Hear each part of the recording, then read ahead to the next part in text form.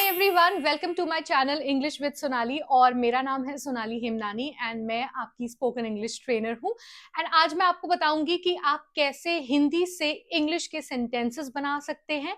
And ये हमारा जो वीडियो होने वाला है वो उनके लिए है जो अभी बिगिनर्स हैं, जो अभी इंग्लिश बोलना स्टार्ट कर रहे हैं और जिन्हें अपना कॉन्वर्जेशन बिना हिंदी में सोचे इंग्लिश में बोलना है, जिन्हें ये लगता है कि नहीं हमसे सेंटेंस बनेगा नहीं, जो हिंदी का सेंटेंस ट्रांसलेट करना शुरू करते हैं एंड वहीं पर अटक जाते हैं। तो अगर आप भी उनमें से एक हैं जो सिर्फ हिंदी में सेंटेंसेस सोचते हैं और फिर वो इंग्लिश में बन ही नहीं पाता है, welcome to the first video of my spoken English course, जहां पर आज हम सीखने वाले हैं कि सेंटेंस को बनाते कैसे हैं। सबसे पहली चीज, जब तक आप वर्ड बाय वर्ड ट्रांसलेट करेंगे तब तक आपके इंग्लिश सेंटेंसेस बनेंगे ही नहीं। सो आज मैं आपको बताऊंगी कि सेंटेंस के पैटर्न्स देख के आप हिंदी से इंग्लिश सेंटेंसेस कैसे बोल सकते हो।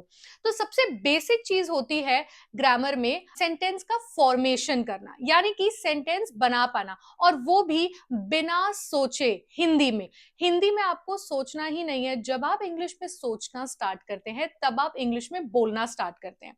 देखिए, जब हम हिंदी बोलते हैं तो हिंदी इतने फ्लो में क्यों निकलती है? बिकॉज हम बचपन से उसको बोलते आए हैं, किसी ने हमें क्लासेस नहीं दी है हिंदी की। वैसे ही अगर हम इंग्लिश को ऑब्जर्व करें, अपनी हैबिट में डालें और उसी के साथ साथ हम इंग्लिश के सेंटेंसेस की प्रैक्टिस करें, तो हम इंग्लिश में बहुत अच्छे से बोल सकते हैं।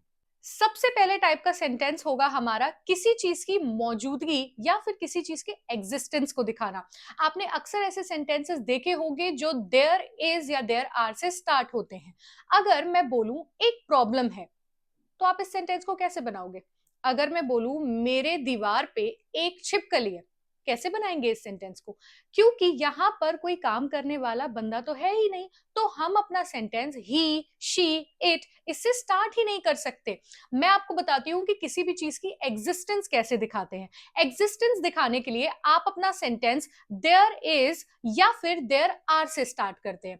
अगर आप एक चीज की मौजूदगी यानी कि एग्जिस्टेंस दिखा रहे हैं, तो आप देयर इज से अपना सेंटेंस चालू करेंगे। और अगर ज्यादा चीजों की एग्जिस्टेंस दिखा रहे हैं, अगर आपको ज्यादा प्रॉब्लम है, दीवार पे ज्यादा छिपकलियां हैं, बहुत सारी गलतियां हैं, क्योंकि ये सारी चीजें खुद कोई काम नहीं कर सकती, इनकी सिर्फ मौजूदगी हो सकती है। तो यहां पर हम अपना सेंटेंस स्टार्ट करेंगे देयर इज या फिर देयर आर से।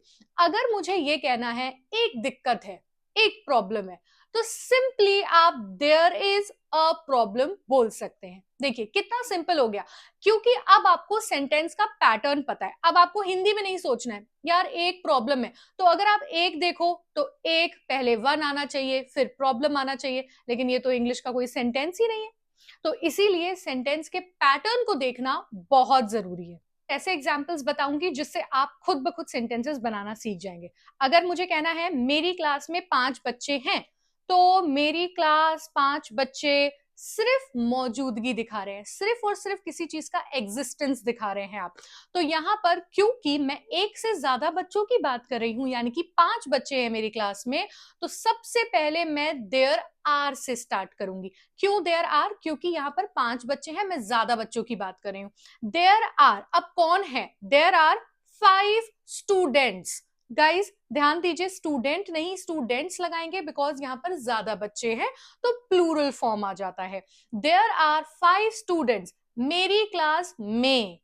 तो कहां पर हैं ये बच्चे? इनका लोकेशन बताएंगे, in the class. There are 5 students in my class.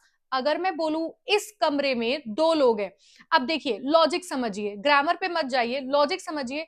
Room में 2 लोग हैं, लेकिन वो 2 लोग कुछ काम नहीं कर रहे हैं, सिर्फ मौजूद हैं, सिर्फ किसी चीज का प्रेजेंस, एग्जिस्टेंस दिखा रहे हैं, तो हम बोलेंगे there are 2 people in the room.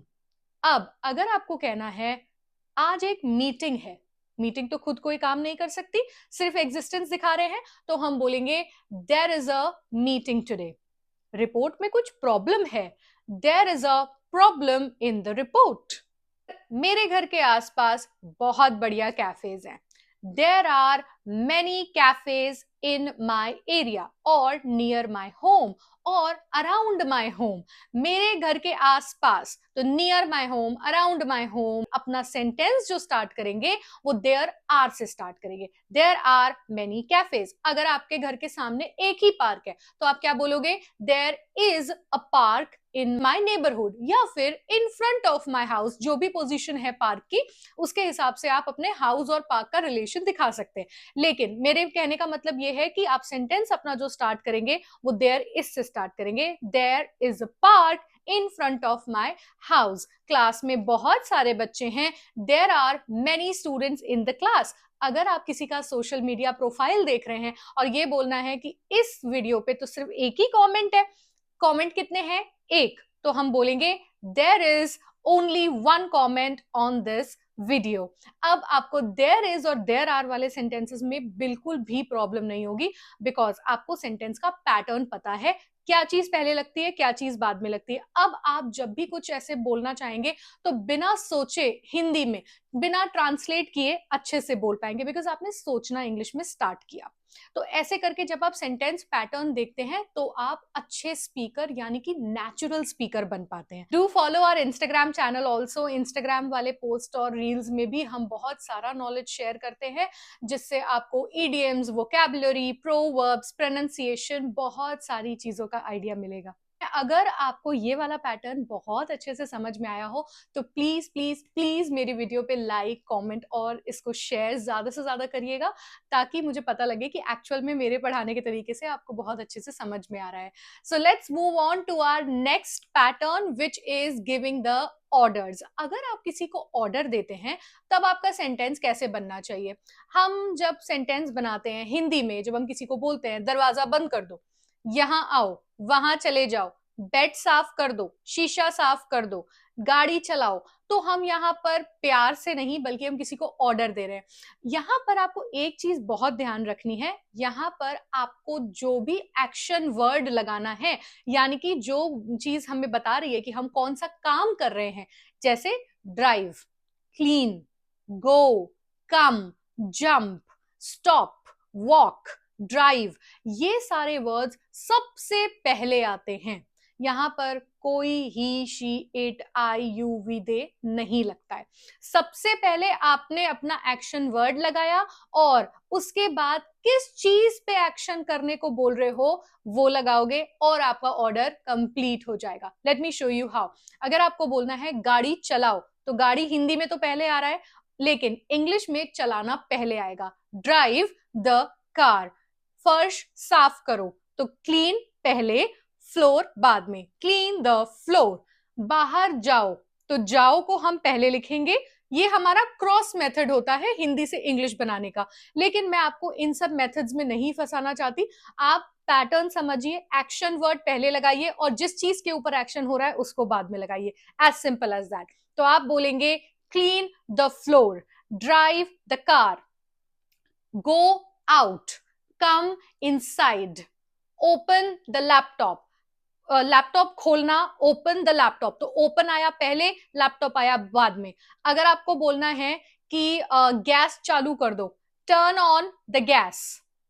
अगर आपको बोलना है पंखा बंद कर दो, तो बंद करने को पहले लगाएंगे, switch off the fan, switch on the light. ऐसे करके आप किसी को ऑर्डर देंगे। सो अगर आपको इसके प्रैक्टिस शीट्स चाहिए हो तो मुझे कमेंट में जरूर बताइएगा, मैं आपको पर्सनली सारे प्रैक्टिस शीट्स भेजूंगी, ताकि मेरा जो पढ़ाया हुआ कॉन्सेप्ट है वो आप बहुत अच्छे से प्रैक्टिस कर पाओ। सो गाइज, आज की वीडियो के लिए हम इतना ही रखते हैं। एंड अगर आपको ये दोनों पैटर्न समझ में आए हो ना, तो प्लीज मुझे कॉमेंट्स में जरूर बताइएगा। और अगर इसकी डिटेल्ड पीडीएफ चाहिए, सो कॉमेंट अगर आप करेंगे तो मैं आपको पर्सनली सारे पीडीएफ शेयर करूंगी। Thank you guys, bye bye.